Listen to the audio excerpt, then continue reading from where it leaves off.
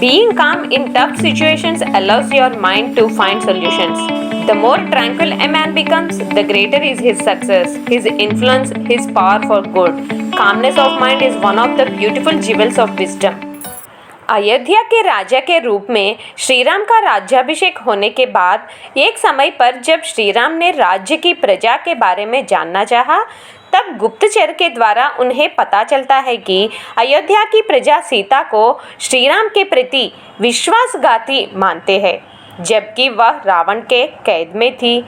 जब सीता गर्भवती थी, तब अयोध्या की प्रजा की भलाई के लिए श्रीराम सीता को अयोध्या से दूर रखना चाहते थे और उसी समय गर्भवती सीता ने वन में कुछ समय बिताने की अपनी इच्छा बताने से गर्भवती की इच्छा पूरी करने की परंपरा के अनुसार उस मौके का उपयोग कर श्रीराम ने सीता को वाल्मीकि ऋषि के आश्रम दिखाने के बहाने सीता को जंगल में ले जाकर उसे वहीं पर छोड़ने का आदेश अनुत्सुक लक्ष्मण को देते हैं।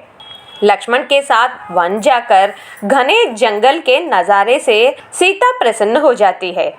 वाल्मीकि ऋषि के आश्रम पहुंचने पर लक्ष्मण दुख भरे मन से सीता को सूचित करते हैं कि श्रीराम सीता की पवित्रता से पूरी तरह वाकिफ है, लेकिन वह राज्य की प्रजा से डरते हैं और इसी कारण श्रीराम ने अपने मन के खिलाफ सीता को वाल्मीकि ऋषि के आश्रम के पास छोड़ने का आदेश दिया है। लक्ष्मण के निर्मम शब्द सुनकर सीता शोक से व्याकुल हो जाती है। अपनी माँ समान भाभी के प्रति विनम्रता और भक्तिभाव से भी ज़्यादा भाई की बात मानने की लक्ष्मण की भावना जीतने से झुके हुए सर से दर्दनाक कर्तव्य से भरे मन से लक्ष्मण अयोध्या वापस लौट गए। उस समय सीता की स्थिति ऐसी वर्णित की गई है कि चिंता और शोक से अभिभूत शोक में डूबी सीता की सिसकियां जंगल में गूंजती है और उसकी दुर्दशा से हिले हुए जानवर उसे सहानुभूति में घेर लेते हैं।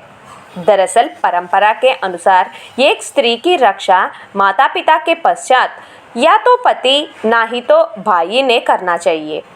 सीता का जन्म मिट्टी से हुई।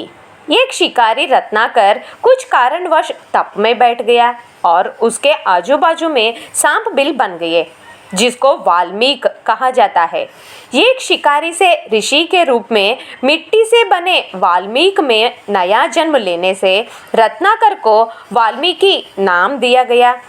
इस तरह वाल्मीकि ऋषि और सीता भाई बहन थे और श्रीराम ने इसी कारण सीता को वाल्मीकि ऋषि के आश्रम में भेजे थे।